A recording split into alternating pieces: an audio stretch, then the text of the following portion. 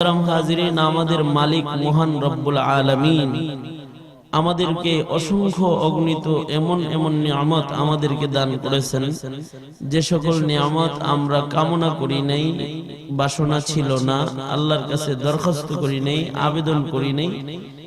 আমাদেরকে আল্লাহ পাক এমনিতেই ওই নিয়ামতগুলো দান করেছেন।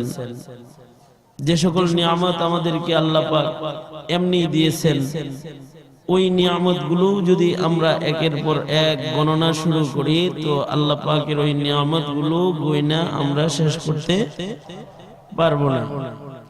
ওর একটা নিয়ামত যদি আল্লাহ পাক আমাদেরকে না দিতেন, তাইলে আমরা এই পৃথিবীর সবচেয়ে দুঃখী মানুষের খাতায় নাম চলে যেত।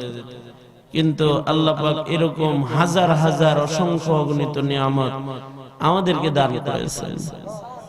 যেমন আল্লাহ পাক আমাদের দেখার জন্য চোখ দান করেছেন। আল্লাহ পাকের নিয়ামত, এই চোখটা যে পায় নাই, আল্লাহ পাক যাকে চক্ষু দেন নাই, তার চাইতে দুঃখী মানুষ, তার চাইতে দুঃখী এই পৃথিবীর মাটির পরে আরেকজন নাই। আল্লাহ পাক এমনিতে আমাদেরকে চক্ষু দান করেছেন। ইচ্ছে করলে তিনি আমাদের অন্ধ বানাইতে পারতেন। আমাদেরই মাঝে কিছু কিছু মানুষকে আল্লাহ পাক এমন নিয়ামতটা থেকে বঞ্চিত রেখেছেন, তাদের মতো দুঃখী এলাকার ভেতরে আরেকজন মিলে না। যদি এলাকার চেয়ারম্যান সাহেবকে বলা হয়, তোমাকে মন্ত্রিত্ব দিব, বিনিময়ে চোখ দুইটা দিয়ে দাও, চোখের বিনিময়ে কি মন্ত্রিত্ব নিবে? বলেন, আওয়াজ করে বলেন, নিবে? তোমাকে সংসদের এমপি চেয়ার দিব, তোমার কানটা দিয়ে দাও, কানের শক্তিটা নিয়ে যাওয়া হবে। তাইলে বোঝা যায় কানের শক্তি, চোখের শক্তি এমপির চেয়ারের চেয়েতেও, মন্ত্রীর চেয়ারের চেয়েতেও অনেক মূল্যবান বস্তু মানুষের জন্য। এগুলো আল্লাহ পাকের নিয়ামত। যদি কান না দিত, তাহলে এখানে ওয়াজ শুনতে বসতেন? কিছু শুনতে পারতেন? কিছুই শুনতে পারতেন? মাইক আর অনেকগুলা লাগাইলেও কি কিছু শোনা যেত? যদি না মালিক এই পাওয়ারটুকু এখানে যেটা দিছেন এটা না দিতেন। আল্লাহ পাকের নিয়ামত। আল্লাহ পাক আমাদের বলার জন্য জবান দান করেছেন। এই জবানটা যদি আমায় না দিতেন, তাহলে আমরা আপনারা দাওয়াত করতেন না। জবানের নিয়ামত আপনার না থাকলে আপনি কথা বলতে পারতেন না। এই জমিনে যে কথা বলতে পারে না, তার চাইতে বড় দুঃখী আর নাই। আমাদের এক বুজুর্গ বসে রয়েছেন, তার কাছে একটা সুন্দর একটা বাচ্চা নিয়ে একটা বাপ দোয়া নেওয়ার জন্য আসছে। বাচ্চাটা দেখতে বড়ই সুন্দর, বুজুর্গের কোলে তুলে দিয়েছে। বুজুর্গ মাথায় হাত রেখে জিজ্ঞাসা করতেছে, এই বাবা, তোর কি নাম? নামটা জিজ্ঞাসা করতে তার পিতা হু হু করে জোরে করে কান্না শুরু করে দিয়েছে। বুজুর্গ বলে, এরে আল্লাহর বান্দা, তোমার সন্তানের নাম জিজ্ঞাসা করা কি আমার অপরাধ? সন্তানের নাম জিজ্ঞাসা করলাম আর তুমি কাঁদলে। লোকটা বলে, ওরে আল্লাহর ওলি, আমার সন্তানের এত সুন্দর চেহারা আল্লাহ দান করেছেন, দেখতেই মনে চায়, কিন্তু আমার সন্তানকে বড় শখ করে তার নাম আমি মুহাম্মদ রেখেছি, নবীর নামে নাম মিলায় নাম রেখেছি, নিজের নাম মুহাম্মদ। এটা বলার জবানটুকু আল্লাহ পাক আমার সন্তানের দেন নাই। হাজার বার জিজ্ঞাসা করলেও ওর নাম যে মুহাম্মদ এটাও বলতে পারবে না। আল্লাহ পাক বলার নিয়ামত থেকে ওকে বঞ্চিত করেছেন। কত বড় দামি নিয়ামত! কোনদিন চিন্তা করেছি এর এক একটা নিয়ামতের শুকরিয়া যদি সারা জিন্দেগি ভর সেজদায় পড়ে আদায় করি, তথাপিও কি এই নিয়ামতের শুকরিয়া আদায় করা সম্ভব হবে? সবচেয়ে বড় কথা, চোখ কান নাক জবান দিয়া আল্লাহ পাক আমাদেরকে চোখ কান দিয়ে অন্য প্রাণী বানাইতে পারতেন। কুকুরেরও চোখ আছে, বিড়ালেরও চোখ আছে, পায়খানার কিরা বানাইতে পারতেন, তা বানান নাই। ইনসান বানাইছেন, মানুষ বানাইছেন। মানুষ হওয়ার জন্য আল্লাহর কাছে কোনো আবেদন আমরা করিনি। ইনসান হিসেবে আল্লাহ পাক দুনিয়াতে জন্ম দিয়ে সৃষ্টির শ্রেষ্ঠত্বের মাকাম আল্লাহ আমাদেরকে দান করেছেন। ইচ্ছা করলে কুকুর, বিড়াল, শৃগাল বানাইতে পারতেন, তা না বানায় আল্লাহ আমাদের মানুষ বানাইছেন। মানুষ বানায় আবার কোন কাফেরের ঘরে আমাদের জন্ম দেন নাই, মুশরিকের ঘরে আমাদের জন্ম দেন নাই, মুসলিম মা বাবার ঘরে আল্লাহ পাক আমাদের জন্মদান করেছেন। এগুলো আল্লাহ পাকের নিয়ামত। বিশ্ববিখ্যাত দাঈ কালিম সিদ্দিকী সাহেব, আবাল বৃদ্ধ বনিতা, মাইকের আওয়াজ যত দূর যায় খেয়াল করে কথা শোনার আবেদন। তোমরা যারা ছোট ভাইরাও সামনে আছো, তোমাদেরকেও বলবো দিল দিয়ে কিছু কথা শুনবা, একেবারে আত্মার কান দিয়া। তাহলে এই সবকগুলো তোমার বহুকাল মনে থাকবে। তোমার জীবন চলার পথে হয়তো এগুলো তোমাকে সঠিক পথে পরিচালিত করতে সাহায্য করবে। এত সুন্দর মাহফিল যুবকরা করছে, ওরা যদি গান করতে পারতো না? মাহফিল করেছে, মোবারকবাদ দিয়ে ওদেরকে আপনি ওদের শুকরিয়া আদায় করতে পারবেন। ওরা যদি গান দিয়ে বসতে কি করতে? এরকম মোবারক মাহফিল আল্লাহ পাক বসাইছে, যেখানে বসার সাথে সাথে গুনাহ খাতা মাফ। সুবহানাল্লাহ, আওয়াজ করে বলেন সুবহানাল্লাহ। খুশি হইছেন না? খুশি হইছেন না? কারা কারা খুশি হইছেন? হাত তোলেন তো, হাত তোলেন, হাত তোলেন, দোনো হাত তোলেন, দোনো হাত তোলেন। হ্যাঁ, আঙুল খুলে দেন, এরকম নাড়াচাড়া দেন, নাড়াচাড়া দেন। জবান খুলে বলেন আল্লাহু আকবার, আর জোরে করে বলেন আল্লাহু আকবার। হ্যাঁ, এরকম এরকম করেন, এরকম এরকম। এটার তর্জমা কি জানেন?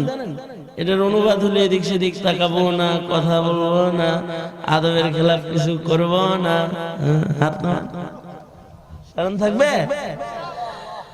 আল্লাহ, আমি ব্যক্তিগতভাবে আপনাদের এই মাহফিলে যার কারণে এসেছি তার শুকরিয়া আদায় করি। আমার পূর্বে আমার অত্যন্ত মহব্বতের ভাই ইসমাইল হোসেন সিরাজি সাহেব খুব সুন্দর করে আলোচনা করতেছিলেন। আল্লাহ জাযায়ে খায়ের দান করেন।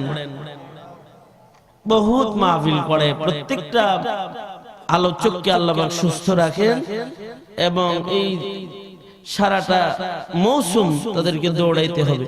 আল্লাহ পাক নিরাপদ জিন্দেগি দান করেন, নিরাপত্তা দান করেন। আপনাদের এলাকার কৃতি সন্তান হযরতুল আল্লামা হযরত মাওলানা রফিকুল ইসলাম সাহেব দামাত বরকাতুহুমুল আলিয়া, উনি তো মানুষ গড়ার কারিগর একজন। বাংলাদেশের বহু রত্নের মধ্যে একজন রত্ন আলেম। যিনি বসুন্ধরা রিসার্চ সেন্টারে তাফসীর বিভাগ, হাদিস বিভাগের মুশরিফের দায়িত্ব পালন করেন, প্রধানের দায়িত্ব পালন করেন, এরকম একজন যোগ্য আলেমে দ্বীন। তো ওনার দিল জয়ের জন্য এই দাওয়াতটা আমার রাখা, ওনার নেক নজর এবং ওনার দোয়া নেওয়ার উদ্দেশ্যে। বড় আলেমে দ্বীন বাংলাদেশের, আল্লাহ পাক জাযায়ে খায়ের দান করুক।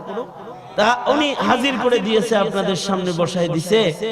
তো দিল দিয়া কিছু কথা আপনারা যদি শুনেন, তাহলে আমার আজকের এই যে রাস্তা তো যে সুন্দর, আপনাদেরটা পুরা একেবারে ওই মেন সড়ক থেকে এই পর্যন্ত 50 মিনিট লাগছে আসতে। খুব সুন্দর রাস্তা, মাশাআল্লাহ। এরকম রাস্তা অনেক এলাকায় নাই। আল্লাহ পাক আনছেন, কষ্ট করে আসছি।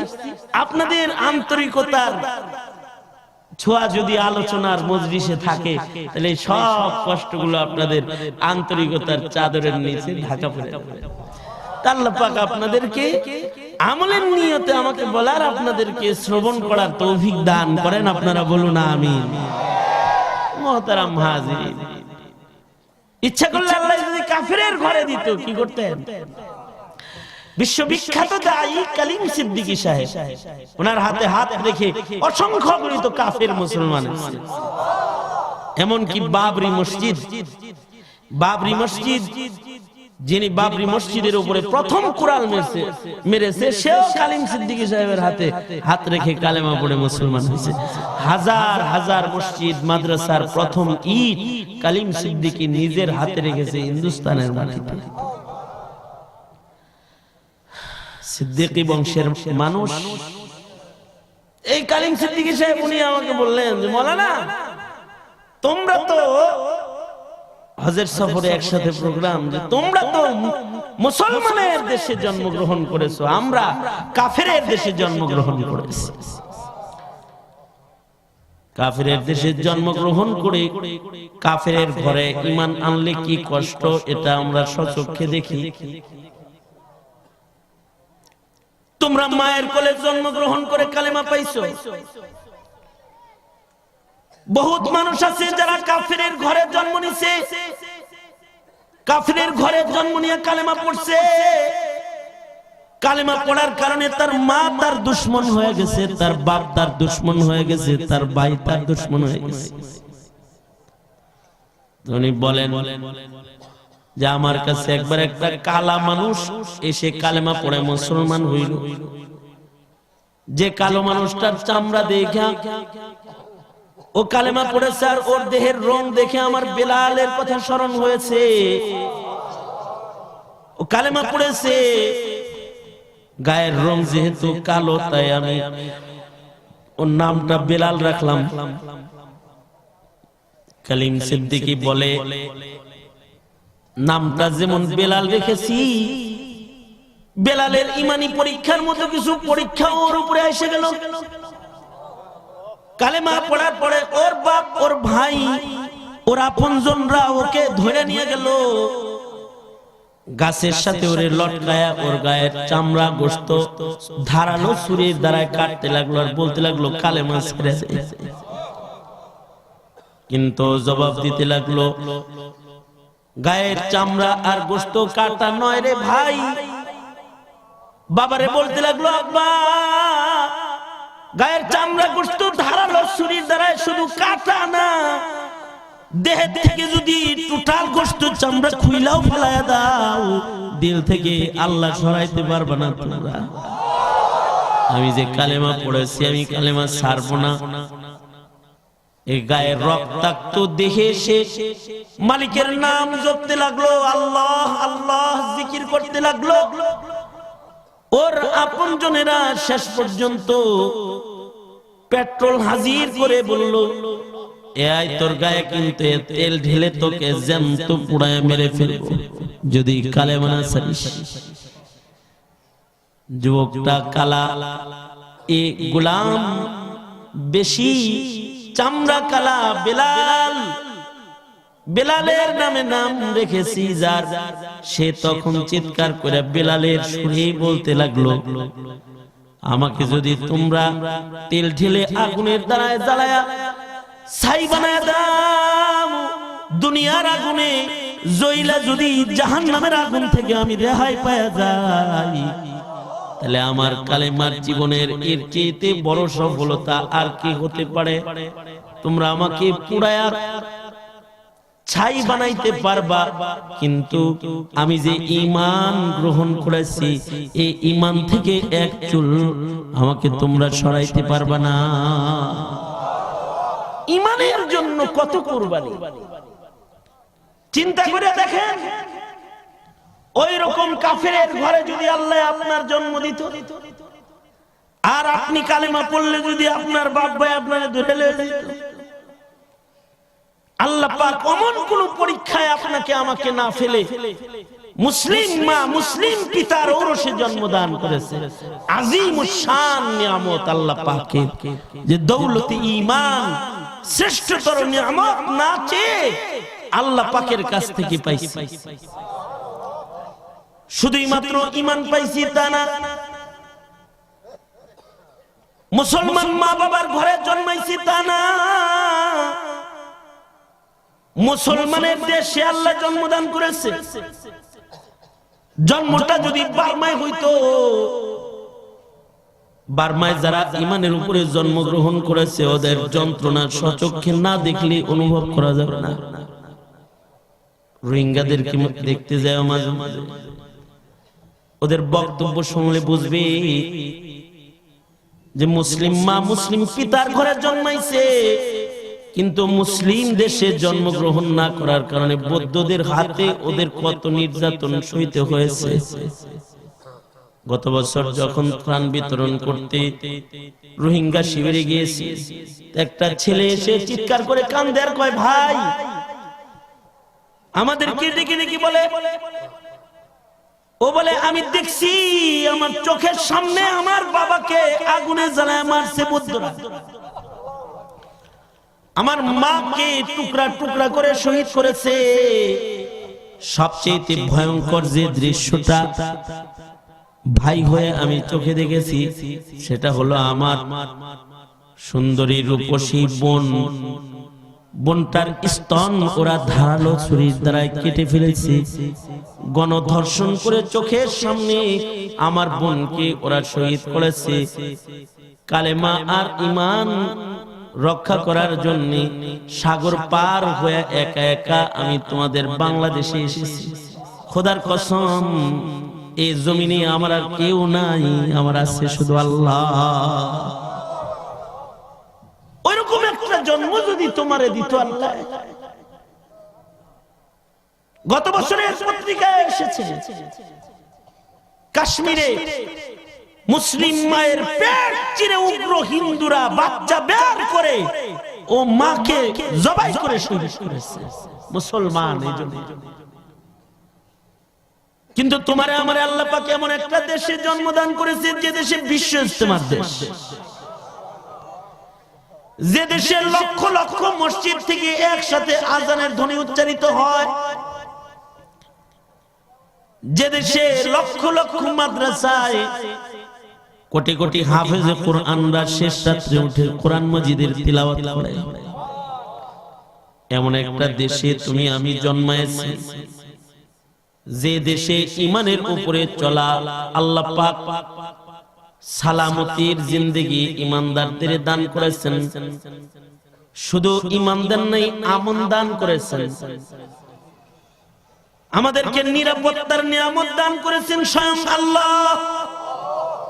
এমন একটা মাটিতে তুমি আমি জন্মগ্রহণ করেছি, এই মাটিতে কেউ যদি ঈমানের খেলাফ করে তাহলে এই জমিন তাকে বমি করে ফেলে। নাস্তিক মুরতাদ যারা ঈমানের খেলাফ কথা বলে, এই জমিনের মাটি তাদের জন্য আর হালাল থাকে না, হারাম হয়ে যায়। ওরা দেশ ছেড়ে দেশান্তর হয়ে চলে যায়।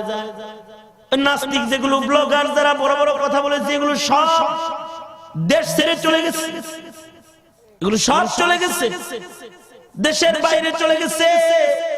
ওই তসলিমা নাসরিন ঈমানের বিপক্ষে কথা বলেছে, ইসলামের বিপক্ষে কথা বলেছে, তো দেশ থেকে বিতাড়িত হতে বাধ্য হয়ে গেছে, দেশ ছেড়ে চলে গেছে। এমনকি মুসলমান মুমিনের জন্য বাংলার জমিন সুজলা সুফলা শস্য শ্যামলা, বাংলার জমিন এমন এক মুবারক জমিন, এই জমিনে যদি কোন নেতাও ঈমানের খেলাফ কথা কয় তো এই জমিনের ঈমানদাররা ও নেতারে জুতা নিক্ষেপ করে। জুতা নিক্ষেপ করে। নেতা হইলে কি হবে? ও যদি ঈমানের খেলাফ হয়, ওর নেতৃত্বের চারানার মূল্য হয় না। যদি সেই নেতা সরকারের আশীর্বাদ পুষ্ট হয়, যেমন বাংলাদেশ সরকারের পতাকার নিচে নাস্তিক মুরতাদ আছে না, যেগুলো ইসলাম বিদ্বেষী। আমরা সরকার দলীয় দু একজন এমপি মন্ত্রীকে জিজ্ঞাসা করেছি, এই ভাই কওমি সনদের স্বীকৃতি দিলে নাস্তিক পালো কেন, ইনু শাহরিয়ার পালো কেন, জিজ্ঞাসা করেছি। এগুলো পালো কেন? হুজুর দেশ চালাইতে হলে কিছু পালতে হয়। তোমরা পালতে পারো, কিন্তু এই জমিন ওদেরকে স্বাধীনতা দেয় নাই, যে কারণে ওরা গাছ নিয়েই চলতে হয়, দেয়ালের ভেতরেই থাকতে হয়। বাজারে মাছ কিনা খাওয়ার যোগ্যতা ওদের নাই। বাজারে গেলে তাওহীদি জনতা থুথু মেরে বঙ্গোপসাগরে পাঠায় দিবে, বঙ্গোপসাগরে পাঠায় দিবে। মুসলমানের এটি ঈমানের ঘাঁটি, মুসলমানের মাটি। এই যে আল্লাহ পাক ঈমানের ঘাটিতে তোমার জন্ম দিয়েছে, দৌলতে ঈমান নিয়ে যে জন্মাইছো, এর কি কোনো শুকরিয়া নাই? এই কথা বলো না কেন, এর শুকরিয়া নাই? এর শুকরিয়া যদি আদায় করো তাহলে লা ইন শাকারতুম লা আযীদান্নাকুম ওয়া লা ইন কাফারতুম ইন্না আযাবি লাশাদীদ। যদি শুকরিয়া আদায় করো তাহলে খালি ঈমান আমন থাকবে না, দেখবা সংসদে কালেমার পতাকা উঠছে। কিন্তু আজকে ইসলামে মুসলমানদের ঈমানি জিন্দেগিতে চলতে কিন্তু বাধা আসতেছে। যেমন মাহফিলের উপরে নির্বাচন কমিশন নিষেধাজ্ঞা জারি করেছিল, আবার যখন মৌলবীরা কথা বলা শুরু করছে তো ডরে মরে আবার সাইডে মেরে দিচ্ছে। কিন্তু দিছে তো বাধা, কিন্তু কখনো মাদ্রাসায় তল্লাশি করে, কখনো মসজিদের ভিতরে তল্লাশি করতে করতে। দেশটা কিন্তু ঈমানের দেশ, মুসলমানের দেশ। এই দেশে পূজায় নিষেধাজ্ঞা নাই, গানে নিষেধাজ্ঞা নাই, কিন্তু ওয়াজে নিষেধাজ্ঞা আসছিল তো। এই দেশে স্কুল কলেজে তল্লাশি নাই, অথচ কলেজের ছেলেরা জঙ্গিবানা করে ধরা খাইছে। এরপরেও পুলিশ যায় কলেজে তালা দেয় নাই, কিন্তু মাদ্রাসায় তালা দিতে গেছে, মাদ্রাসায় তল্লাশি করতে গেছে। কেন কেন গেছে? এজন্য গেছে যে তুমি আমি ঈমানের শুকরিয়া আদায় করি না। তুমি আমি যদি ঈমান আর ইসলামের শুকরিয়া আদায় করা জানতাম তাহলে তল্লাশি তো দূরের কথা, 17 কোটি মুসলমানের ট্যাক্সের টাকায় পালা কর্মচারী গোলামেরা মুসলমানের উপরে আক্রমণ করার সাহসী পাইতো না, সাহসী পাইতো না। কেন সাহস পায়? কারণ তোমরা ঈমানের শুকরিয়া আদায় করো নাই। হুজুররা কথা বলেছে, তোমরা যারা ধানের শীষ, নৌকা আর লাঙ্গলের রাজনীতি করো তারা খালি হাসছে। বাংলাদেশে যখন কলেজে প্রবেশ করার সময় মুসলিম রমণীর হিজাব খুলে নিয়েছে অথবা মুসলিম যুবকের পাঞ্জাবি খুলে নিয়েছে, হুজুররা কথা বলছে, কিন্তু তোমরা কথা বলো না। তোমরা যদি তখন কথা বলতা তাহলে এখন ইসলামের বিরুদ্ধে আওয়াজ করার সাহস নির্বাচন কমিশন পাইতো না, ওয়াজ বন্ধ করার সাহস পাইতো না। ওয়াজ বন্ধ হবে 1 মাসের জন্য, 1 মাসের জন্য নির্বাচন কমিশনের প্রধানের খাওয়ান বন্ধ করে দেওয়া দরকার, পানিও বন্ধ করে দেওয়া দরকার। খানা পানি যদি বন্ধ করা না যায় তাহলে ঈমানি পিপাসা নিবারণ হবে, যার দ্বারা সে ইবাদত কেন বন্ধ হবে?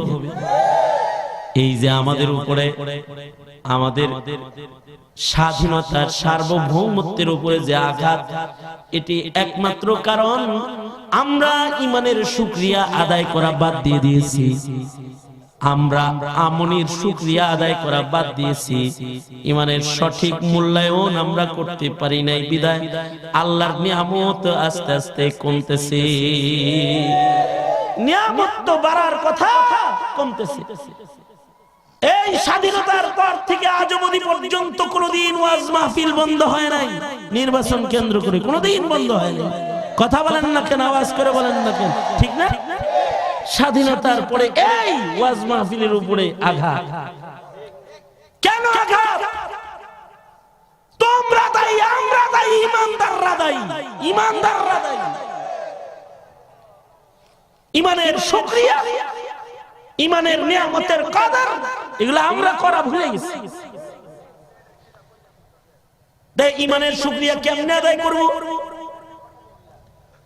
ঈমানের শুকরিয়া আদায় করা আল্লাহ পাক শিখাইছেন।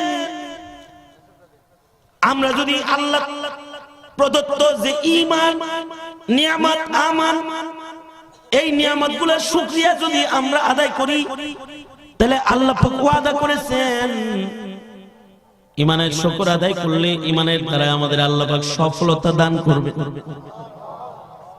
মুমিনদের আল্লাহ সফলতা দিবেন বলছেন আল্লাহ পাক।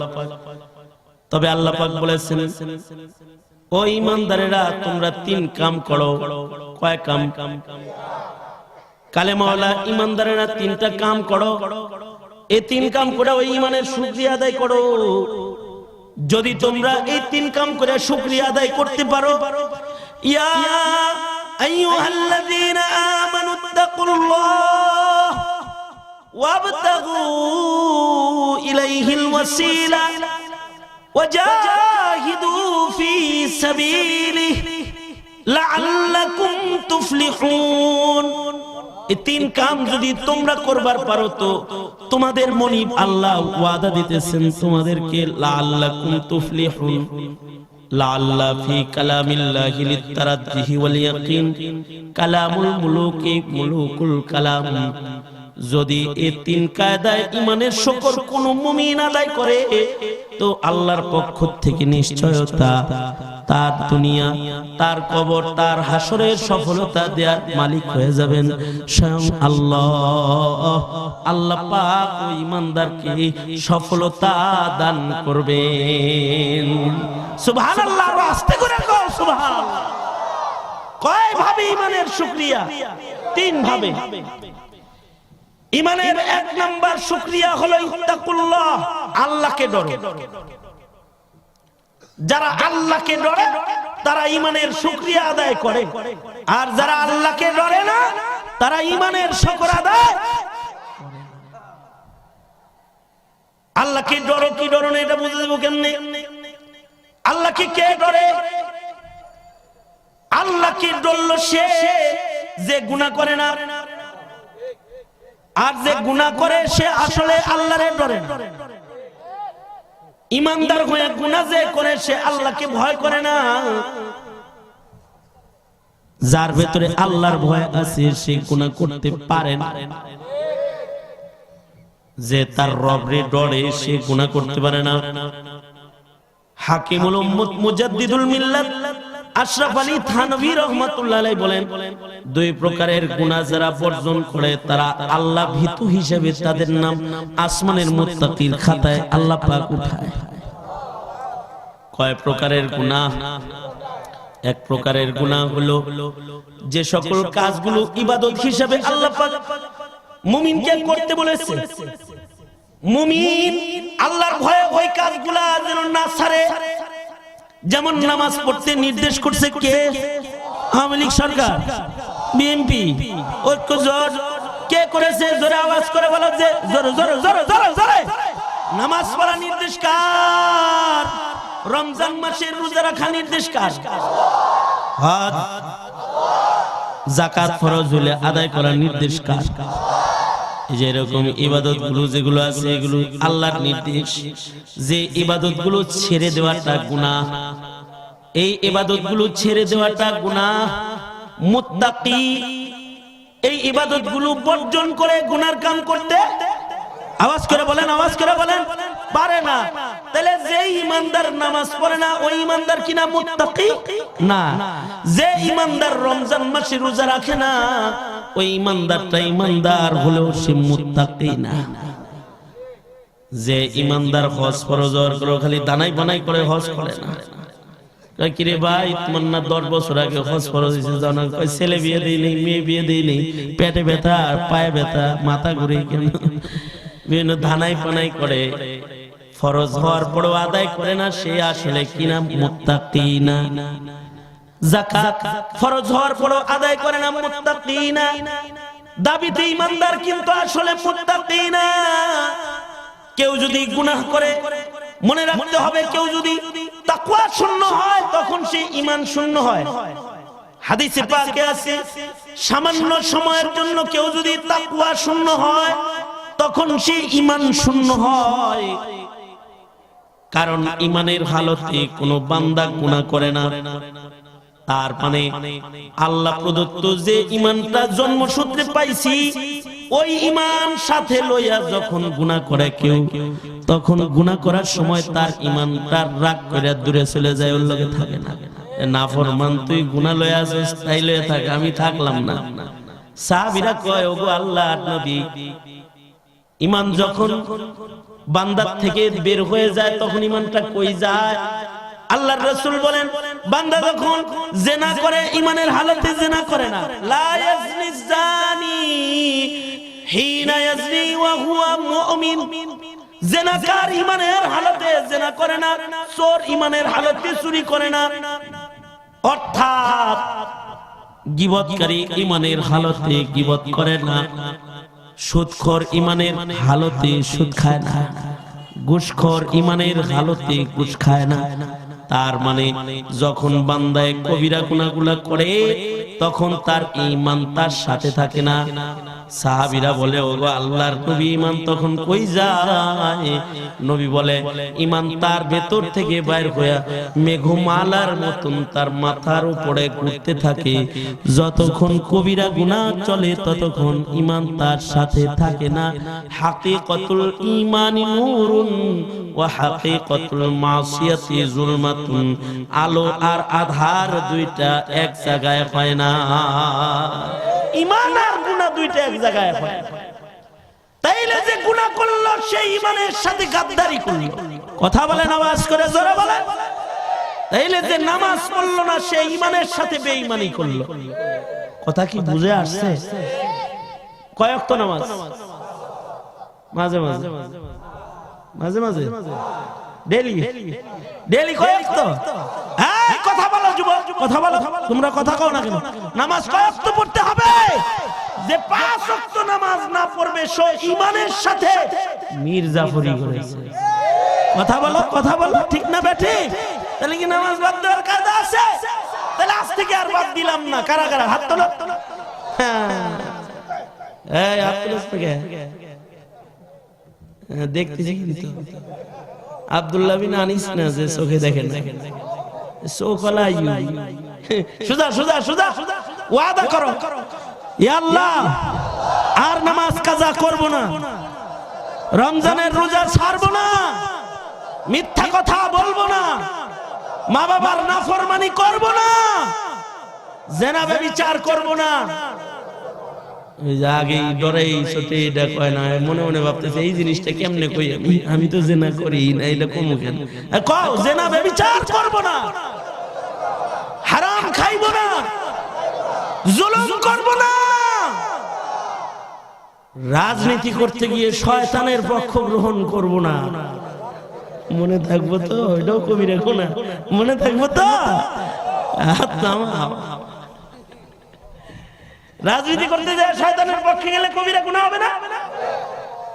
মনে মনে করতে পারো হুজুর শয়তান কেটা, তুই বের করে লোক, আমি শয়তান কেটা সব কয়ে দেবো নাকি? এক রাত্রে সব ফাইন্ড আউট করলে বাকি থাকবো নাকি? শয়তানের পক্ষে যাওয়া যাবে, শয়তানের স্লোগান দেওয়া যাবে। কথা কও, জোরে আওয়াজ করে বলো, জোরে আওয়াজ করে বলো। অর্থাৎ বাপ্পার নাম্বার 1 তুমি জানো যে এটা হারামখোর, তারপরে আদর্শ পবিত্র পবিত্র এরকম 2 নম্বর স্লোগান দিবা না, ঠিক কিনা? জোরে আওয়াজ করে বলো, আর জোরে আওয়াজ করে বলো, ঠিক না বে ঠিক? জোরে বলো। এই হারাম কাজগুলা বর্জন করে ঈমানের শুকরিয়া আদায় করতে হবে। এগুলো ঈমানের শুকরিয়া। হারাম যদি কেউ করবার চায় তখন জবান খুলে প্রতিবাদ করতে হবে, ঈমানের শুকরিয়া। কথা বলো, আওয়াজ করে কথা বলো, প্রতিবাদ করতে হবে।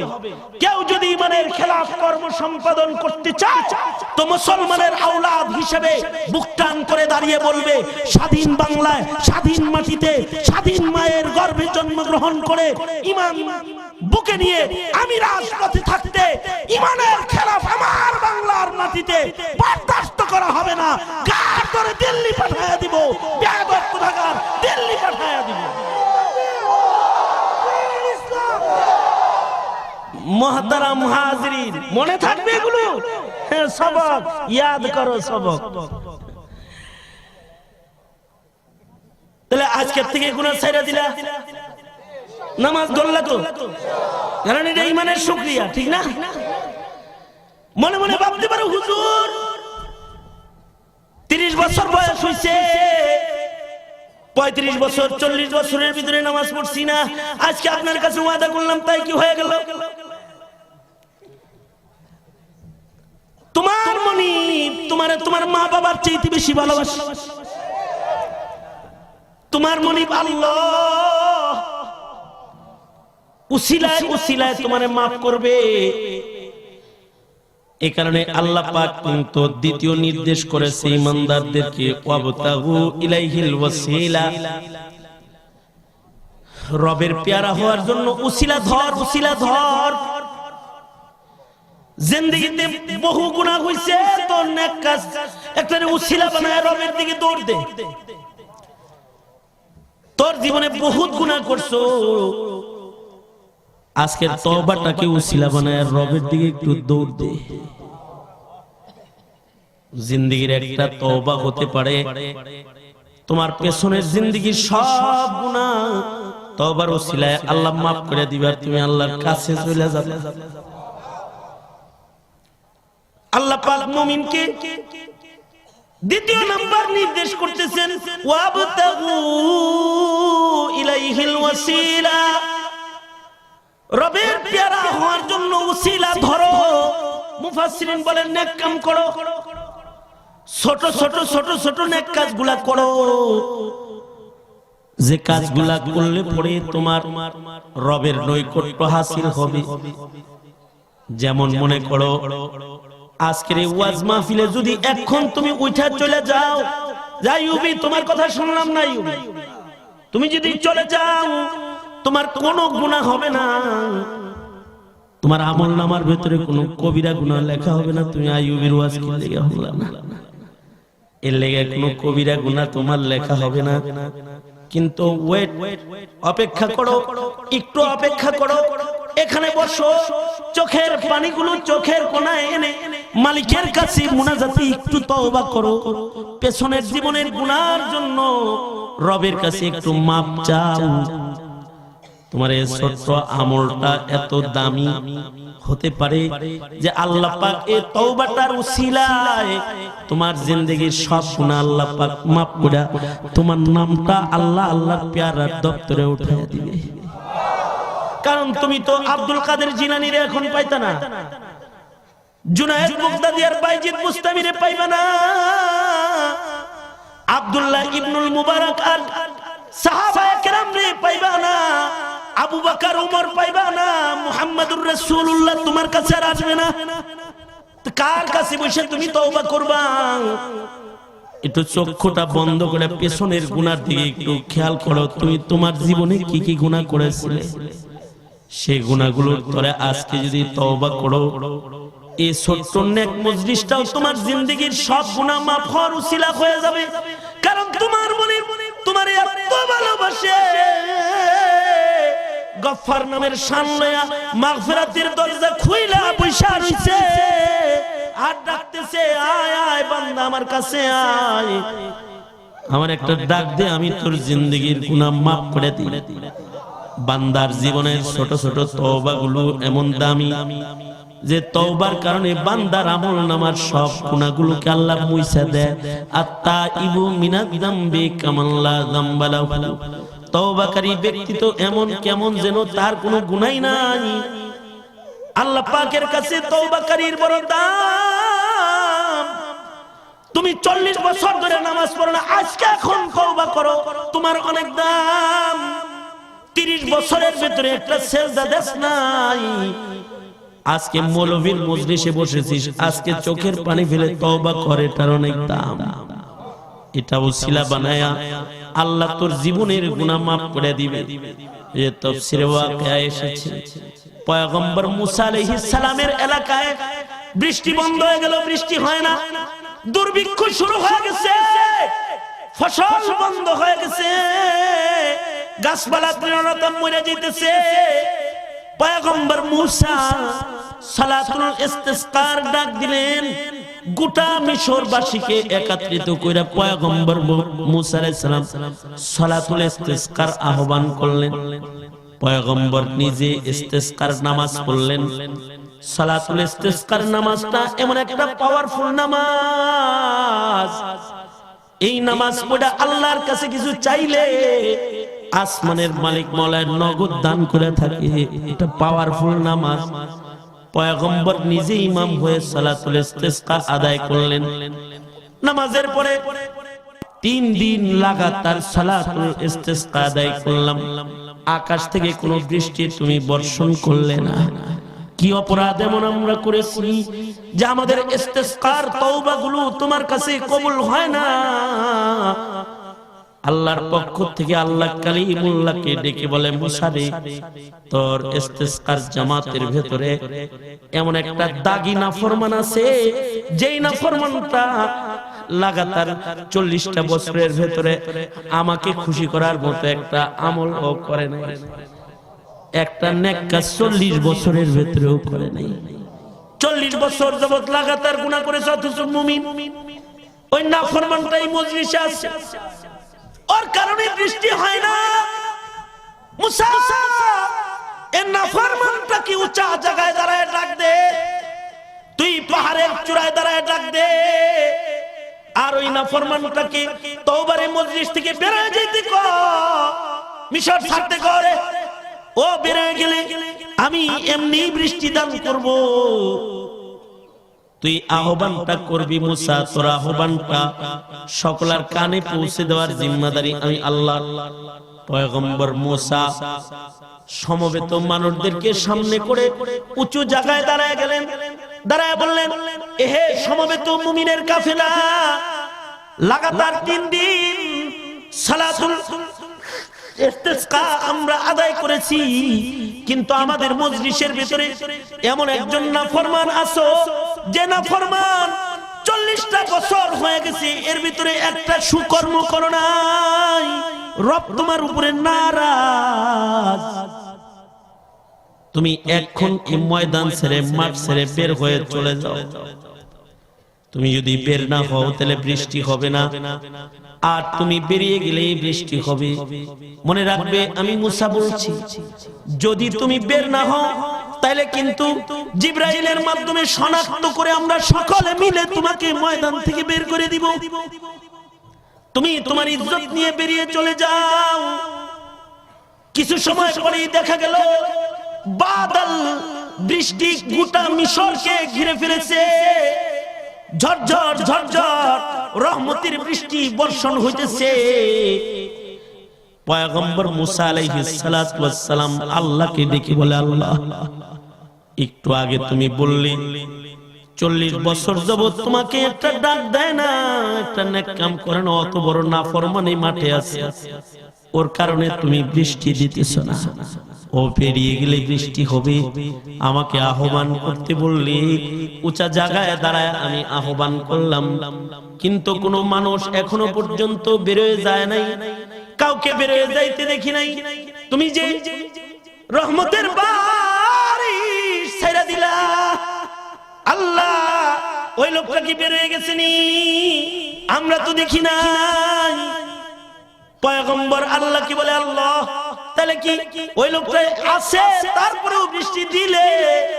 আল্লাহ পাক বলে, মুসা, আমার ওই বান্দাটা যে 40 বছরের ভেতরে আমার একটা ডাক দেয় নাই, একটা নেক কাজ করে নাই, ও অতি সংগোপনে আজকে আমার কাছে তওবা করে ফেলেছে, আমাকে গোপনে ডাক দিয়েছে।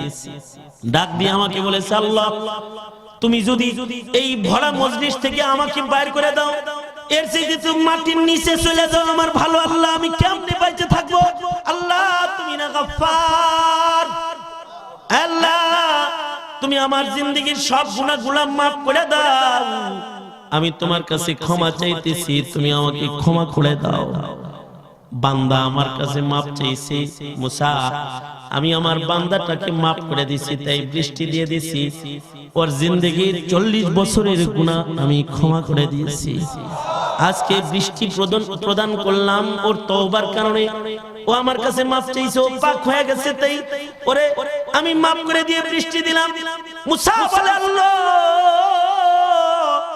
মালিক রে, কোন সে তোমার এত প্যারা গোলাম, যার এক ডাকে তুমি বান্দার পিছনের সব গুনাহ মাফ করে দিলা, বৃষ্টি দিলা, এত ভালোবাসা তাকে দিলা। তোমার ওই ভালোবাসার মানুষটাকে আমি মুসার একটু দেখবার মনে চাইতেছে, আল্লাহ, ওর সাথে আমার একটু মুলাকাত করায় দাও। আল্লাহ কয়, মুসা, আমি আল্লাহ যে বান্দার গুনাহ একবার মাফ করি, তারে আর বেইজ্জত করি না। তুই কালিমুল্লাহর সাথেও তারে পরিচয় করায় দিয়া 40 বছরের দাগী গুনাহগার হিসেবে তুই পয়গম্বরের কাছেও আমি আমার বান্দাটাকে খাটো করবার চাই না। কালিমুল্লাহ হইতে পারো, তওবাকারী বান্দাকে তোমার সামনে হাজির করে আমি বেইজ্জত করতে পারবো না। একজন তওবাকারী বান্দার ছোট্ট একটা তওবার এত দাম। ওয়াবতাগু ইলাইহিল ওয়াসিলা, আল্লাহ বলে নেক কাজ দিয়ে ওসিলা ধরে ধরে আমার কাছে আয় পড়। যদি একটা বান্দা এমন তওবাও করে, এ তওবাটা তার নাজাতের অত বড় ওসিলা যে আল্লাহ পাক তার 40 বছরের গুনাহ মুহূর্তের ভেতরে মাফ করে। তোমরা তো তওবার জন্য মুসা খুঁজে পাও না, আজকে বসে গেছো তো আজকে একটু তওবা করো।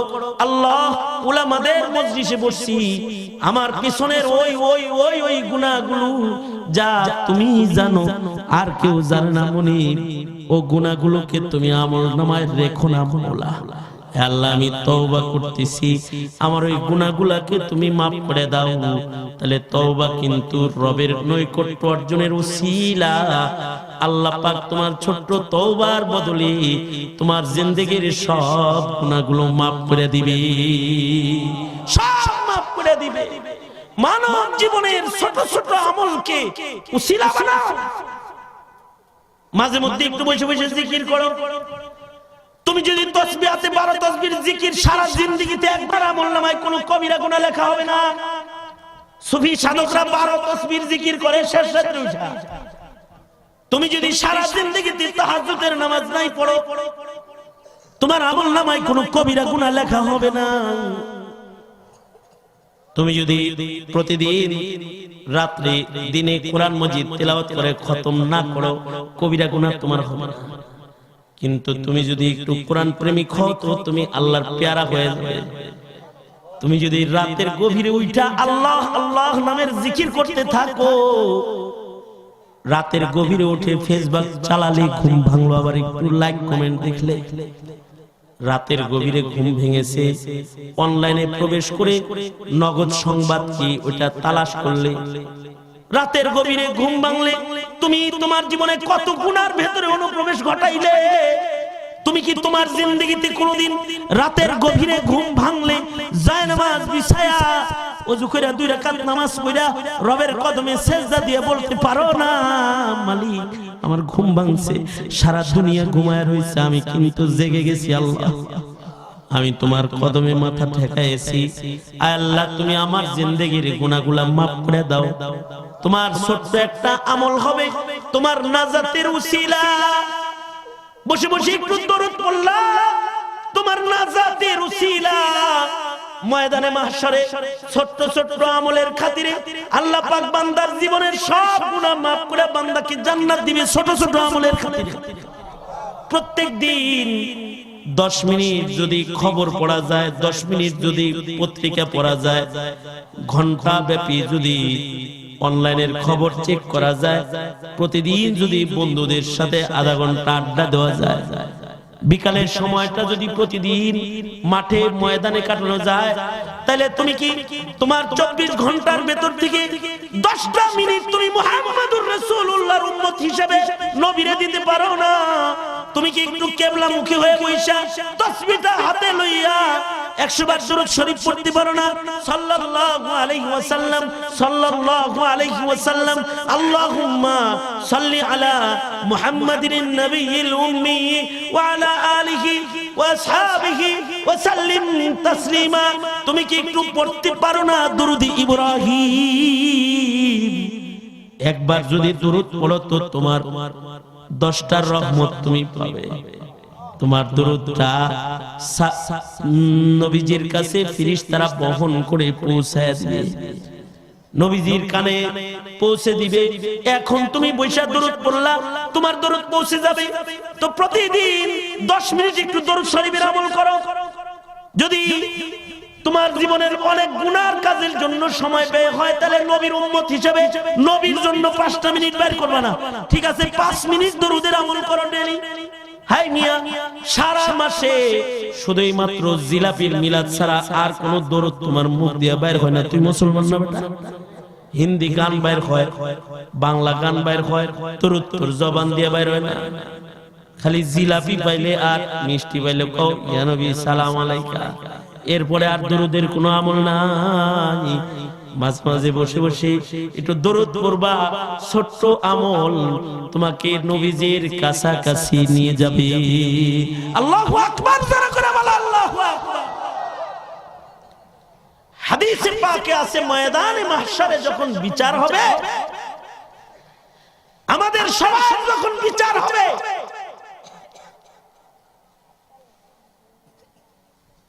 এটা আমার আলোচনার শেষ দুই কথার এক কথা, এরপর আরেকটা কথা, দুই কথায় 2-4 মিনিট মাত্র, 1 ঘন্টা হয়েছে। আমি 1 ঘন্টার বেশি ওয়াজ করি না, লম্বা সময় আলোচনা করা আমার আদত না। কারণ আমাকে আগামীকালকেও আবার মাইকের সামনে একাধিক জায়গায় বসতে হবে। আজকে যেমন একাধিক জায়গায় বসেছি, আগামীকালকেও একাধিক জায়গায় বসতে হবে। তাই নির্ধারিত সময়ের আমার জরুরত আছে না নাই? আছে না নাই? কথা কন না কেন? নাই, আছে, দরকার আছে। সুতরাং আমার নির্ধারিত সময়ের জরুরত আছে। তবে আজকে রফিকুল ইসলাম সাহেব হুজুরের সৌজন্যে কিছু সময় তো বাড়াইতেই হয়, অল্প কিছু সময় বৃদ্ধি করে আখেরি মুনাজাত করে একসাথে এখান থেকে উঠবো।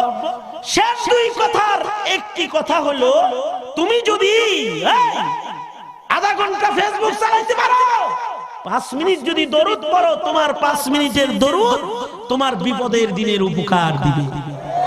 5 মিনিটের দরুদ। হাদিসে পাকে আছে আমাদের সবার যেদিন বিচার হবে, মিজানের পালা কায়েম হবে, একজন একজন মিজানের পালার কাছে দাঁড়াবে। আমল নামার নেক কাজগুলো ডান পালায় তুলবে, বদ কাজগুলোকে বাম পালায় তুলবে। নেকির পালা ওজন হবে তো জান্নাতের গেট খুলে যাবে, গুনার পালা ওজন হবে, পুলিশের হাত করেই লেগে যাবে। কোন পুলিশ? তুমগো থানার পুলিশ? কথা কও না কে? ফাঁড়ির পুলিশ জাহান্নামের দারোগায় গ্রেফতার করবে। মুমিন হওয়ার পরও জাহান্নামের হাত করি লেগে পড়বে আর জাহান্নামের দিকে নিয়ে যাবে। এই বিচার চলাকালীন অবস্থায় হাদিসে পাকে আছে, বাবা আদম আলাইহিস সালাতু ওয়াস সালাম মিজানের পালার পাশে উঁচা গর্দান নিয়ে দাঁড়িয়ে থাকবে। ময়দানে মাহশারে সবচেয়ে উঁচু গর্দান হবে আদম আলাইহিস সালামের গর্দান। তিনি খুব নিকট থেকে নিজের সন্তানদের বিচার দেখতে থাকবেন। কেউ জান্নাতে গেল তো বাবা আদম তার দিকে তাকায় হাসবে, আবার কেউ যদি জাহান্নামে যায় তো বাপ তো আবুল বাশার নবী তো সন্তানের দিকে তাকায় ফেল ফেল করে কাঁদবে। বাবার চোখের সামনে সন্তানদের বিচার হবে। হাদিসে পাকে আছে একজন উম্মতি মুহাম্মাদি হাজির হবে, তার নেক আর গুনাহগুলোকে ওজন করা হবে। নেকির পালা হালকা হয়ে যাবে, গুনার পালা ভারী হয়ে যাবে। জাহান্নামের ফেরেশতারা তাকে হ্যান্ডকাপ লাগায় জাহান্নামের দিকে টান দিবে। এমন সময় আবুল বাশার বাবা আদম উঁচু গলায় চিৎকার করে ডাক দিবে, ইয়া মুহাম্মদ। আমাদের নবীজির ডাক, আয় মুহাম্মদ। লাব্বাইক ইয়া আবি। আল্লাহর রাসূল বাবার আদমের দিকে ঘুরে দাঁড়াবে। বাবা আদম বলবে, মুহাম্মদ ওই যে জাহান্নামের গেটের দিকে একটু নজর করে তাকা, তোর একটা উম্মত আমার একটা সন্তান রে জাহান্নামে লয়ে গেল, ওরে একটু ফিরা, ওরে একটু ফিরা, ওরে বাঁচা। সরওয়ারে দো আলম নবী বলে, বাবাই চিৎকার করে দেখায় দিলি। হাদিসে পাকে আছে নবী বলে, আমি আমার কোমরের কাপড়ে গিট মারব আর আমি আমার উম্মতটার দিকে ধেয়ে একটা দৌড় দিব, পেছন থেকে আমি দৌড়াবো। কিন্তু ফেরেশতারা এত দ্রুত তাকে জাহান্নামের দিকে নিতে থাকবে, আমি পেছন থেকে চিৎকার করে ডাকবো, কিন্তু ফেরেশতারা সামনের দিকে যাইতেই থাকবে। জাহান্নামের গেটের কাছে নিয়ে যাবে, কয়েক সেকেন্ডের ভিতরে এবার জাহান্নামের ভিতরে তারে ফেলে দিবে। আমি বুঝি আর বাঁচাইতে পারলাম না। আল্লাহর রাসূল বলেন, এবার আমি নিরাশ হয়ে আরশের দিকে তাকাবো। আমি আমার দাড়িতে হাত রেখে গমগিন হয়ে আরশের দিকে তাকায় বলবো, আল্লাহ আপনি না বলছেন উম্মতের বেলায় আমারে আপনি নিরাশ করবেন না, আমার ওই উম্মতটারে ফেললো তো জাহান্নামের আগুনে। সাথে সাথে আরশ থেকে আল্লাহ পাক ডেকে বলবে, এই ফেরেশতারা দাঁড়া, দেখো না পেছনে কে দাঁড়িয়ে আছে, রাহমাতুল লিল আলামিন। ফেরেশতারা সাথে সাথে দাঁড়ায় যাবে। সরওয়ারে দু আলম নবী দৌড়ে ফেরেশতাদের কাছে যায় বলবে, ওরে জাহান্নামে ফেলতেছো কেন? ফেরেশতারা বলবে, ওগো আল্লাহর নবী, নেকার প্রতি ওজন করা হয়েছে, নেকির পালা হালকা হয়ে গেছে, গুনার পালা ভারী, তাই জাহান্নামের আগুনে ফেলবার লাগছে। আল্লাহর রাসূল সাথে সাথে বলবেন, ফেরেশতারা মনে কিছু নিও না, আমার চোখের সামনে আরেকবার একটু ওর নেকার গুনাহগুলারে আরেকবার একটু ওজন দাও। ফেরেশতারা আবার ঘুরে মিজানের পালার কাছে আসবে, ওর নেকগুলাকে ডান পালায় তুলে দিবে, গুনাহগুলাকে বাম পালায় তুলে দিবে। হাদিসে পাকে আছে, নেকি গুনাহ ডান পালা বাম পালা পরিপূর্ণ করে দিয়ে মিজান টান দিলে আবার ওর নেকির পালা হালকা হয়ে গুনার পালা ভারী হয়ে উঠতে রইবে। আল্লাহর রাসূল নেকের পালার ভিতরে হাত বসায়া দিবে, এমনি হাত বসায়া দিবে, নিজের পকেট থেকে একটা কাগজের টুকরা বের করে নবীজি নেকের পালার পরে রেখে দিবে। সাথে সাথে নেকির পালাটা ওজনদার হয়ে যাবে, হাতের জাহান্নামের হাত করি সাথে সাথে খুলে যাবে। জান্নাতের ফেরেশতারা তাকে টেনে শেষরায়া জান্নাতের দিকে নিতে চাইবে, আসো আসো কপাল খুলে গেছে, আসো আসো জান্নাতে চলো। জান্নাতের ফেরেশতারা যখন তারে জান্নাতের দিকে টান দিবে, তখন সে চিৎকার করে বলবে, জাহান্নামের দিকে আমারে টানতেছো, যার কারণে জান্নাতের দিকে টানতেছো, যার কারণে জাহান্নাম থেকে মুক্তি পেলাম, তার লগে একটু কথা কইতে দিবা না? কে সে? একটু তার লগে একটু কি আলাপ করবা দিবা না? হাদিসে পাকে আছে, লোকটা এক দৌড় দিয়া নবীজির সামনে যায় দাঁড়ায় যাবে, দাঁড়ায় বলবে, কে গো তুমি? নিশ্চিত জাহান্নাম থেকে আমাকে আজকে সরাইয়ে জান্নাতের পথে আমারে তুলে দিলে, কে তুমি? কি তোমার নাম? নবীজি নিজ উম্মতকে বুকে জড়ায় ধরে বলবে, আমাকে চিনিস না? আমি তোর নবী, তোর নবী মুহাম্মাদুর রাসূলুল্লাহ সাল্লাল্লাহু আলাইহি ওয়াসাল্লাম। আর তোর পালার পরে যেটা রেখেছি আমি, ওইটা হলো তোর পড়া দরুদ, যেটা তুই দূর থেকে পড়ে পড়ে আমার মদিনায় পাঠাতি। ওইটা হলো সালাতুকা, ওইটা তোর দরুদ, যা তুই বসে বসে পড়তি আর আমার কাছে পৌঁছতো। আজ বিচারের দিনে তোর মুহাব্বতের দরুদটা তোরে ফেরত দিলাম। তোমার জীবনের একটু দরুদ ময়দানে মাহশারে তুমি ফেরত পাবে, এটা তোমার নাজাতের উসিলা হবে। তোমার জিন্দেগীর ছোট ছোট ছোট ছোট আমল, যেই আমলগুলোকে তুমি খুব নগণ্য মনে করতে, এগুলো তোমার নাজাতের উসিলা। ওয়াবতাগু ইলাইহিল ওয়াসিলা, আল্লাহর নৈকট্য অর্জনে ওর নেক আমলগুলোকে বাহানা বানাও, বাহানা বানাও। শেষ কথা হলো, ওয়াজাহিদু ফি সাবিলি, আল্লাহরে এমনি এমনি পাওয়া যায় না, আল্লাহকে এমনি এমনি খুশি করা যায় না, এর জন্য একটু মেহনত করতে হয়। সন্তানকে খুশি করার মেহনত করলে, বিবিরে খুশি করার মেহনত করলে, পিতাকে খুশি করার মেহনত করলে, পীরেরে খুশি করার মেহনত করলে, দলেরে খুশি করার মেহনত করলে, উপরের অফিসারকে বসরে খুশি করার মেহনত করলে, একটু নিজের বুকে হাত লাগায় জিজ্ঞাসা করো, তোমার রবেরে খুশি করার জন্য হায়াতের কয় মিনিট তুমি ব্যয় করেছো? হয়তো তোমরা ধরা খেয়ে যাবে যদি বলি তোমরা দাঁড়িয়ে দাঁড়িয়ে নিজের জিন্দেগীর ফিলিস্তি বর্ণনা করো, 24 ঘন্টায় কে কতক্ষণ আল্লাহরে খুশি করার মেহনত করেছো। হয়তো তোমরা দাঁড়াতে পারবে না, নিজের হায়াতের ফিলিস্তি বর্ণনা করতে পারবে না, কিন্তু আল্লাহকে পাওয়ার জন্য যে মেহনত করার লাগে, মুজাহাদা করা লাগে, আমাদের বাপ দাদারা কিন্তু মুজাহাদা করেছে। আমাদের বাপ দাদারা যদি জিন্দেগিতে আল্লাহ পাওয়ার মুজাহাদাই না করত, জাতিকে আল্লাহর কাছে পৌঁছানোর মুজাহাদা যদি না করত, মুসলমান হয়ে জন্মাইতে পারত না, ওয়াজ শুনতে পারত না, হাদিস পড়তে পারত না, তাফসীর পড়তে পারত না।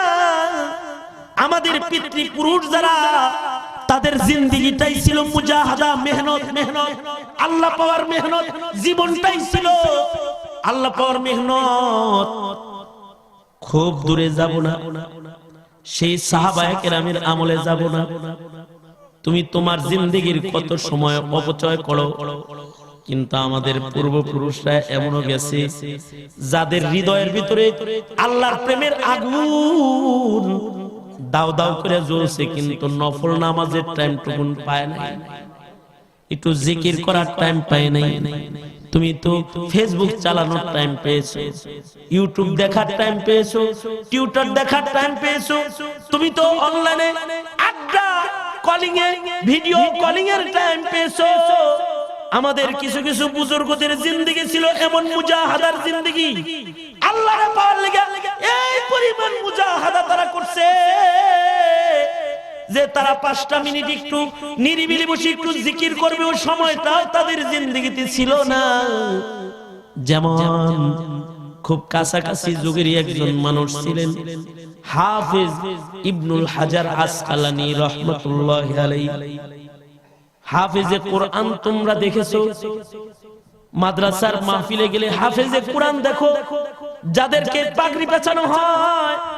কিন্তু এমন এক জমানায় তুমি আমি জন্মেছি যে জমানায় হাফেজে হাদিসের চেহারা তুমি আমি দেখি না, কিন্তু তোমারই আমারই বাপ দাদাদের ভিতরে এমন মানুষ ছিল যারা 30 পারা কোরআন শুধু মুখস্থ করে, যারা রাত আর দিন 24টা ঘন্টা ইলমের পিছনে কাটায়া কাটায়া তারা নবীজির লক্ষ লক্ষ হাদিস তারা মুখস্থ করেছে। এখনকার আলেমের নামের শুরুতে লাগায় হাফেজে কোরআন, আর তাদের নামের শুরুতে লাগাইছে হাফেজে হাদিস।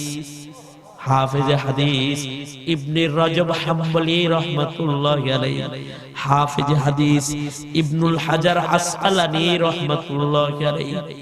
এত পরিমাণ হাদিস তারা মুখস্থ করেছে, লক্ষ লক্ষ হাদিস তারা সনদ শুদ্ধ মুখস্থ করেছে, সনদ শুদ্ধ লাখ লাখ হাদিস মুখস্থ করেছে, যে কারণে তাদের নামের শুরুতে বসানো হয় হাফেজ। তারা হাফিজুল হাদিস, শুধু কোরআন মাজিদের হাফেজ না, তারা নবীর আহাদিস, নবীজির মুখস্থিত বাণী যা যা আছে সব মুখস্থ করে ফেলাইছে। আগের জমানা না তো, এই জমানা না তো, এই জমানায় তো কম্পিউটারের ডিস্কের ভিতরে অনেক কিছু পাওয়া যায়। এমন একটা জমানা গেছে যেই জমানায় হার্ড ডিস্ক আবিষ্কার হয় নাই, কম্পিউটারের সফটওয়্যার আবিষ্কার হয় নাই। ওই সময় তারা তাদের মাথাটাকে সফটওয়্যার বানায়া, হার্ড ডিস্ক বানায়া এই উম্মতের জন্য তারা মুখস্থ করছে নবীর হাদিস। মুখস্থ করে যদি এগুলির কবরে লয়ে যায় তাহলে এই উম্মত বঞ্চিত হয়ে যাবে। তো দিনের পর দিন লিখেছে, লিখতে লিখতে নবীর হাদিস গুলোকে কিতাবের ভেতরে জড়ো করেছে। যেমন হাফেজ ইবনুল হাজার আসকালানী রাহমাতুল্লাহি আলাইহি, যিনি শারহে বুখারী, যিনি বুখারী শরীফের শরহ লিখেছে, কত হাদিস তিনি তার কিতাবে একত্রিত করেছে। ওই জমানায় তিনি কলম দিয়ে লিখেছে, যেই জমানায় বল পেন আবিষ্কার হয় নাই, যেই জমানায় সুন্দর সুন্দর কলম আবিষ্কার হয় নাই, এই জমানায় তুমি আমি তো আরামের যুগে আছি। এই যুগে কলম দিয়ে লেখা লাগে না, মোবাইলের সামনে পড়লে স্ক্রিনের ভিতরে লেখা হয়ে যায়। কিন্তু ওনারা এমন এক জমানায় এই পৃথিবীতে আগমন করেছিলেন যখন কম্পিউটার ছিল না, ভালো একটা বল পেন ছিল না, দুয়াতের ভিতরে কলমের মাথা ভিজায়া ভিজায়া ওনারা হাদিস লিখছে। খন্ডে খন্ডে ফাতহুল বারি বুখারী শরীফের শরহ লিখেছে, দুয়াতের ভিতরে কলম সুবায়া সুবায়া ওই কলমের আগা দিয়া একটা একটা করে লাইন তারা লিখেছে। না তারা তাদের জীবনে খাবারের সুযোগ পেয়েছে, না তারা তাদের জীবনে ঘুমের সুযোগ পেয়েছে, দিন রাত 24 ঘন্টা কাগজ আর কলম নিয়ে বসেছিল। এই সেই কওমি মাদ্রাসার পূর্বপুরুষরা যারা হাদিস সংরক্ষণ করেছে, যারা বুখারী লিখেছে, মুসলিম লিখেছে, তিরমিজি লিখেছে, নাসাই শরীফ লিখেছে, এই হাদিসের কিতাবগুলো আজকে যাদের শ্রমের কারণে আছে, তাদের ত্যাগ, তাদের মুজাহাদা, তাদের কুরবানির কারণে তোমার আমার সামনে এগুলো বিদ্যমান আছে। বাবা, ওরা রাতের বেলায় প্রেমের 2 রাকাত নামাজ পড়ার সুযোগ পায় নাই, 10টা মিনিট একটু আল্লাহর নামের জিকির করার সুযোগ পায় নাই। ইবনুল হাজার আসকালানীর জীবনী পড়ে হায়রান পেরেশান হয়ে গেছি। যেদিন ওনার জীবনী পড়েছি হায়রান হয়ে গেছি, হায় রে কি এমন আল্লাহর বান্দা যে সারা জীবনে একটু অবসর নিয়ে একটু জিকির করতেও পারে নাই। তিনি জিকির করতেন কখন? যখন লিখতে লিখতে ওনার বাঁশের কলমের আগাটা বুতা হয়ে যেত, আর ওনার ছাত্ররা কলমের আগাটা ঠিক করে দিত। যেই টাইমে ওনার কলমের আগাগুলো ছাত্ররা পরিষ্কার করত, ওই যে একটু নিরিবিলি সময় উনি পাইতেন, ওই সময়টা সাথে সাথে কেবলামুখী হয়ে বৈশা প্রেমের আওয়াজে আল্লাহকে ডাকতেন। আল্লাহ আল্লাহ আল্লাহ, সুবহানাল্লাহ, আলহামদুলিল্লাহ, লা ইলাহা ইল্লাল্লাহ। চোখের পানি দিয়ে আল্লাহকে ডাকতো আর বলতো, মালিক রে একটু অবসর হইয়া তোমার একটু আমি ডাকবো, আমি টাইম পাই না, আমি টাইম পাই না আল্লাহ, তোমার অবসর হয়ে ডাকার একটু টাইম আমি পাই না। আল্লাহ, আমি তো এই কাগজ আর কলম নিয়ে পড়ে থাকি তোমার বান্দাদের কাছে হাদিস পৌঁছানোর জন্য। এই যে সময়টা পাইলাম, এই সময়টা তোমার নামে একটু জিকির করো, ওটা হলো তাদের জিন্দেগির মুজাহাদা। তুমি এরকম মুজাহাদা কয় সেকেন্ড করেছো, কয় ঘন্টা করেছো? ইমানের ঘরে জন্মগ্রহণ করে কত পাপাচার, কত গুনার ভেতরে নিজের আটকাইলা, একটু ইবাদতের জন্য জীবনের সময় ব্যয় করলে না? ময়দানে মাহশারে মিজান কায়েম করে আল্লাহ যদি তোমারে ডান দিয়ে দাঁড় করায় কয় হিসাব দি, পারবে কি হিসাব দিতে? নিজেরে একটু জিজ্ঞাসা করো। যদি তোমারে জিজ্ঞাসায় তুমি হও আসামি, তাহলে ভয় নাই, এখন তওবা হবে, এখন দোয়া হবে, আল্লাহর কাছে কাঁদো আর ওয়াদা করো, আর জীবনে গুনাহ খাতা করবে না, পাপাচার করবে না। তুমি মুজাহাদার ময়দানে হাঁটবা, তাইলে লাআল্লাকুম তুফলিহুন, আল্লাহ পাক ওয়াদা করেছে তোমাকে সফলতার জান্নাত আসমানের মালিক আল্লাহ দান করবে। তুমি এখানে বসে এই যে আলোচনাগুলো হলো মুজাহাদার নেক কাজকে ওসিলা আর তাকওয়ার জিন্দেগি বসর করা, রাজি আছি তো ইনশাআল্লাহ? আল্লাহ তুমি আমাদের সবাইকে কবুল আর মঞ্জুর করো, আমিন।